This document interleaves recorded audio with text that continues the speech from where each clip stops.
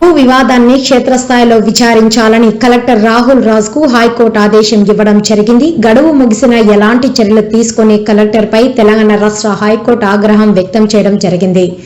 Court ధిక్కరణకు పాల్పడారంటూ high court శిక్ష విధించడం సంచలనం కలిగించింది.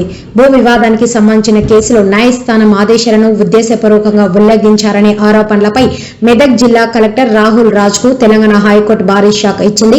కోర్టు ధిక్కరణ కేసులో ఆయనకు 6 నెలల జైలు శిక్ష విధిస్తూ సంచలన తీర్పు వెలువరించింది.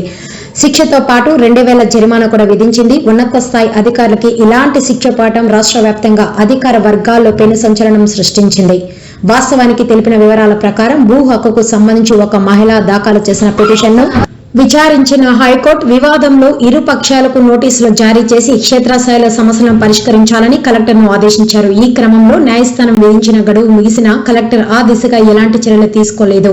ఉన్నత న్యాయస్థానం ఇచ్చిన తీర్పును అమలు చేయకపోవడం న్యాయ వ్యవస్థను అవమానపరచడమే అని న్యాయమూర్తి తీవ్ర వ్యాఖ్యలు చేశారు. అయితే ఈ తీర్పుపై collector Rahul Raj high court division బెంచ్లు అప్పీలు చేసే అవకాశం ఉందని సమాచారం. ఇటీవలి కాలంలో ప్రభుత్వానికి అధికార యంత్రాంగానికి మధ్య గ్యాప్ అనేది కొట్టొచ్చినట్టుగా కనిపిస్తుంది. ముఖ్యంగా అధికార యంత్రాంగం డొల్లతనం వల్ల మరోవైపు ప్రభుత్వాలకు కూడా ప్రత్యేకించి పాలకులకు కూడా చెడ్డ పేరు వచ్చే పరిస్థితులు ఉత్పన్నమవుతున్నాయి. ముఖ్యంగా రాష్ట్ర ప్రభుత్వానికి అధికారంలోకి వచ్చిన ఏ పార్టీ అయినా సరే అధికార యంత్రాంగంపై సరైన పట్టు లేకపోవడంతో అనేక అనర్థాలు కూడా సంభవిస్తున్నాయి. ఎట్ ది సేమ్ టైం ప్రజలు కూడా అనేక ఇబ్బందులు ఎదుర్కొంటున్న పరిస్థితిని మనం చూస్తున్నాం. ముఖ్యంగా వివిధ పనుల మీద వచ్చే ప్రభుత్వ కార్యాలయాలకు వచ్చే సామాన్యులు కావచ్చు, వివిధ వర్గాలకు చెందిన వారు కావచ్చు, వస్తే ఇటు ఒకవైపు అవినీతి కావచ్చు, మరోవైపు ఈసడింపులు కావచ్చు, ఇంకోవైపు దౌర్జన్యాలు కూడా జరుగుతున్న సంఘటనలు కూడా మనం చూస్తున్నాము. ముఖ్యంగా అధికారంలో ఉన్న మంత్రులు కానీ, ముఖ్యమంత్రి కానీ, జిల్లా కలెక్టర్లపై కానీ, జిల్లా ఎస్పీలపై సరైన అదుపు అనేది లేకపోవడంతో వాళ్ళ పరిపాలనకి క్షేత్రస్థాయిలో ఇష్టారాజ్యంగా కొనసాగుతున్న పరిస్థితులను కూడా మనం చూస్తున్నాము. అధికారంలోకి వచ్చిన ముఖ్యమంత్రి కావచ్చు, మంత్రులు కానీ క్షేత్రస్థాయిలో పర్యటించకుండా కేవలం సమీక్షలతోనే కాలయాపన చేయడంతో ఇలాంటి పరిస్థితి కూడా అవుతుంది. క్షేత్రస్థాయిలో పర్యటనలు గతంలో మనం మరిసేనారెడ్డి ముఖ్యమంత్రిగా ఉన్నప్పుడు కావచ్చు, స్వర్గీయ ముఖ్యమంత్రి ఎన్టీ రామారావు ఉన్నప్పుడు కూడా మనం చూసాము. ముఖ్యంగా ప్రత్యేకించి చంద్రబాబు నాయుడు ముఖ్యమంత్రిగా ఉన్నప్పుడు ఈ విషయం బాగా హైలైట్ కూడా జరిగింది. గొర్రెల కాపర్లు కావచ్చు, వ్యవసాయ రైతులు కావచ్చు, మహిళలు కావచ్చు, ముఖ్యంగా డ్వాక్రా రుణాలు కావచ్చు, చంద్రబాబు నాయుడు గారు అయితే ప్రత్యేకంగా క్షేత్రస్థాయికి వెళ్ళి వాళ్ళ సమస్యలను అడిగి తెలుసుకొని ఒక అవగాహన కూడా పెంచుకునేవాడు. అప్పటికప్పుడే అధికార యంత్రాంగానికి కూడా దిశానిర్దేశం చేసేవాళ్ళు, ఆదేశాలు ఇచ్చేవాళ్ళు. దీంతో సర్ప్రైజ్ విజిట్స్ పేరు మీద ముఖ్యమంత్రిగా ఉన్న చంద్రబాబు నాయుడు ఎప్పుడు క్షేత్రస్థాయిలో అడుగు పెడతారో అని మండల గ్రామ స్థాయిలో అధికారులు కూడా కళ్ళడిల్లిపోయేవారు. ఒళ్ళు దగ్గర పెట్టుకొని పనిచేసిన సందర్భాలు మనం చూసాం. అలాంటి పరిస్థితి కాలక్రమేణా కొరవడుతున్నట్టుగా మనకు కనిపిస్తుంది. ముఖ్యంగా జిల్లాకు పరిపాలనా అధికారిగా వ్యవహరించే కలెక్టర్ మండల స్థాయిలో కానీ, డివిజన్ స్థాయిలో కానీ సరైన పట్టు లేకపోవడంతో అధికారులు ఇష్టారాజ్యంగా వ్యవహరిస్తున్నారనే ఆరోపణలు సర్వత్రా వెలువెత్తున్నాయి కూడా. ముఖ్యంగా అధికారులు ఒక కంప్లైంట్ ఇవ్వడానికి ఒక పోలీస్ స్టేషన్ కానీ వెళితే సామాన్యుల దగ్గర నుంచి వాళ్ళకి చట్టంపై సరైన అవగాహన కూడా ఉండదు. వాళ్ళకి అన్ని విడమర్చి చెప్పాల్సిన అధికారులే ఫిర్యాదు దగ్గర నుంచి బాధితుల దగ్గర నుంచి కూడా లంచాలు తీసుకుంటున్న సందర్భాలు కోకోలో ఉన్నాయి. ఇదే పరిస్థితి రెవెన్యూతో పాటు ఇతర ప్రభుత్వ యంత్రాంగంలో ఉన్నప్పటికీ కూడా ఇది పైన ఆర్డీఓలకు కానీ, లేకపోతే ఏసీపీలకు కానీ, డిఎస్పీలకు కానీ, కలెక్టర్ దాకా కూడా కంప్లైంట్ ఇస్తే సరైన పట్టిస్తున్న పరిస్థితులు కూడా లేవు.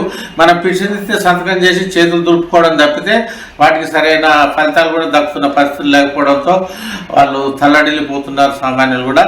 ఇలాంటి పరిస్థితి ఇప్పుడు మనం తాజాగా మనకు మెదక్ జిల్లా కలెక్టర్ రాహుల్ రాజ్ విషయంలో ఉత్పన్నమైందని చెప్పవచ్చు. రాహుల్ రాజ్కి అయితే తెలంగాణ హైకోర్టు ఏకంగా 6 నెలల జైలు శిక్ష మరియు జరిమానా కూడా విధించడం ద్వారా సంచలనం సృష్టించింది. ఇది ఒక విధంగా చెప్పాలంటే జిల్లాకు ఐఏఎస్ ఉన్నత స్థాయి చదువుకున్న ఒక కలెక్టర్ స్థాయిలో కూడా సమస్య పరిష్కరించకపోవడం కానీ, కోర్టు ఆదేశాన్ని ఉల్లంఘించడం జరిగిన నేపథ్యంలోనే ఇలాంటి శిక్ష విధించాల్సి వచ్చిందని కూడా అక్కడ హైకోర్టు కూడా పేర్కొనడం ఇక్కడ గమనార్హం. ఒక సమస్య విషయంలో సహజంగా స్పందించాల్సిన ఒక జిల్లా కలెక్టర్ క్షేత్రస్థాయిలో అధికారులకు దిశానిర్దేశం చేయడం కానీ దానికి నిర్దిష్టమైన గడువు విధించడం కానీ చేయకపోవడంతో అక్కడ బాధితుడు గగ్గోలు పెడుతున్న పరిస్థితిని కలెక్టర్ దృష్టికి తీసుకుపోవడం జరిగింది.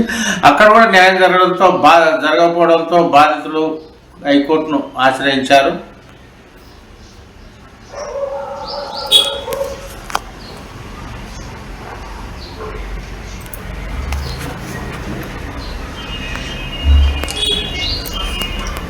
అయితే హైకోర్టు క్షేత్రస్థాయికి వెళ్ళి ఈ సమస్యను పరిష్కరించాలని మెదక్ జిల్లా కలెక్టర్ రాహుల్ రాజ్కి అయితే ఆదేశాలు ఇవ్వడం జరిగింది. ఆ ఆదేశాలు అమలు కావడంతో విరక్తి చెందిన బాధితులు మళ్ళీ హైకోర్టును కంటెంప్ట్ ఆఫ్ కోర్టు కింద కేసులో సవాల్ చేయడం కూడా జరిగింది. ఈ పరిస్థితుల్లో తీవ్ర ఆగ్రహం చెందిన హైకోర్టు ఆదేశాలకు విలువ లేదా అంటూ నిలదీయడం కూడా జరిగింది.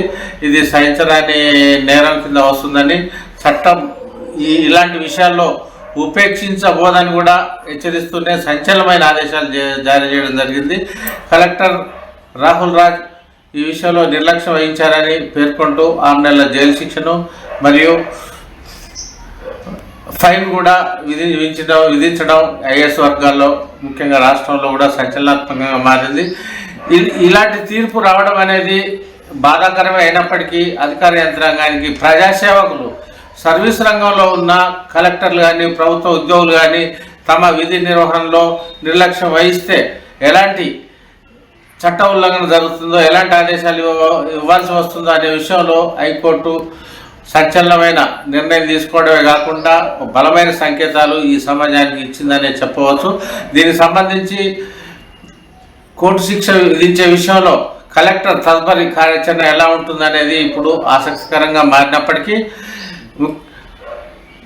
ఇలాంటి ఆదేశాలు అనేది, ఇలాంటి శిక్షలు విధించడం అనేది రాష్ట్రంలో ఉన్న ఇతర ఐఏఎస్ అధికారులకు కావచ్చు, అది జిల్లా స్థాయి అధికారులకు కావచ్చు, ప్రభుత్వ శాఖల్లో ఉన్న అన్ని స్థాయిల్లో కూడా ఆర్డీఓలు కావచ్చు, డిఎస్పీలు కావచ్చు, ఏఎస్పీలు కావచ్చు, ఎంఆర్ఓలు, ఎంపీడీఓలు కూడా కావచ్చు, ప్రతి ఒక్కరికి కూడా ఇది ఒక విధంగా డేంజర్ బెల్స్ కిందనే వస్తుంది. ఇది ఎవరైనా సరే చట్టాన్ని ఉపేక్షిస్తే ఇలాంటి చర్యలు తప్పవనే వార్నింగ్ ఇవ్వడం ద్వారా తెలంగాణ హైకోర్టు దేశంలోనే ఒక సంచలనాత్మకమైన సంకేతాలను సమాజానికి పంపిందని చెప్పవచ్చు.